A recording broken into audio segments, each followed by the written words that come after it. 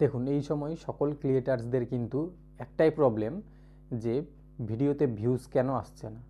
তো আমরা তো বেশ তাড়াহুড়ো করে ভিডিও বানিয়ে দিই, ভিডিও বানানোর পরে কিন্তু ভিডিও আপলোড করে দিই, কিন্তু আমরা আজও বুঝতে পারি না ভিউজগুলো কী কারণে আসছে না। দেখুন, যারা নতুন ক্রিয়েটার্স রয়েছে তাদের অ্যাকচুয়ালি কিন্তু প্রথম যে সমস্যা, সেই সমস্যাটা হচ্ছে সাবস্ক্রাইবার কিন্তু যথেষ্ট পরিমাণে কম থাকে, সেই জন্য কিন্তু ভিডিও বেশি পরিমাণে বুস্ট হয় না।